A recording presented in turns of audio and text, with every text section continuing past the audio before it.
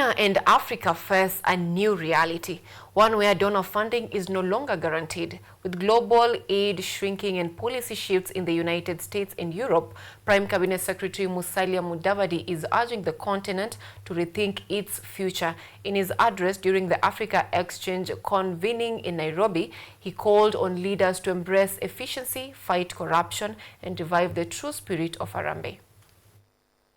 The Prime Cabinet Secretary Musalia Mudavadi says Africa must stop relying on aid and begin to build sustainable and independent systems. Speaking from experience as a former finance minister, Mudavadi noted that globetrotting with the begging bowl is undignified. He emphasized that the shrinking of US funding is not just a challenge, but an opportunity to shift mindsets, strengthen local institutions, and give dignity to the youth. Let Africa Exchange be more than just another conference. It is the birth of a movement, a commitment to doing things differently. We must build an ecosystem where solutions are not imported but cultivated locally, where the wisdom and leadership of Africans shape our destiny. Mudavadi highlighted that Africa has for far too long been stuck in donor-driven models that reinforce dependency. With foreign and policies shifting, some irreversibly, he called for a shift from short-term relief to long-term investment in innovation, entrepreneurship, and youth empowerment. Support remains valuable.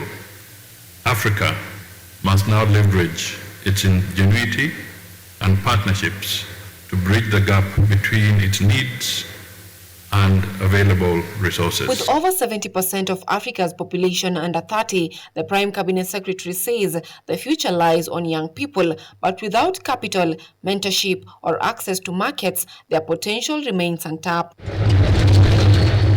Mudavadi also raised concern over the high cost of administering aid in Africa, urging philanthropic organizations to cut red tape and channel more funding directly to grassroots efforts. Transparency, accountability, and community involvement must become the cornerstone of modern philanthropy.